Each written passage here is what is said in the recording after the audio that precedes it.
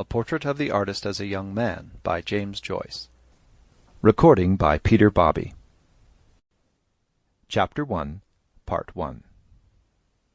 Once upon a time, and a very good time it was, there was a moo-cow coming down along the road, and this moo-cow that was coming down along the road met a nice-uns little boy named Baby Tuckoo.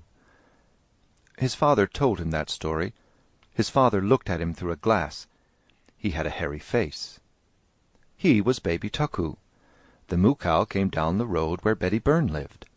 She sold lemon platt.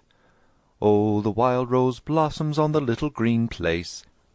He sang that song. That was his song. "Oh, the green woth botheth." When you wet the bed, first it is warm, then it gets cold. His mother put on the oil sheet. That had the queer smell. His mother had a nicer smell than his father. She played on the piano the sailor's hornpipe for him to dance. He danced. Tra-la-la-la-la, tra-la-la, tra-la-laddy, tra-la-la-la-la, tra-la-la-la-la. Uncle Charles and Dante clapped. They were older than his father and mother, but Uncle Charles was older than Dante. Dante had 2 brushes in her press.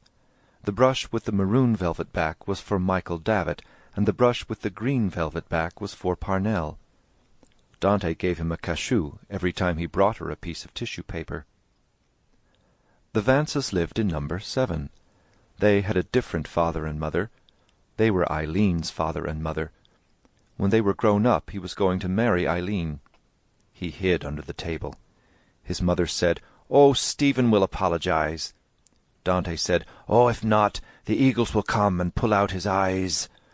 Pull out his eyes, apologize, apologize, pull out his eyes, apologize, pull out his eyes, pull out his eyes, apologize." The wide playgrounds were swarming with boys.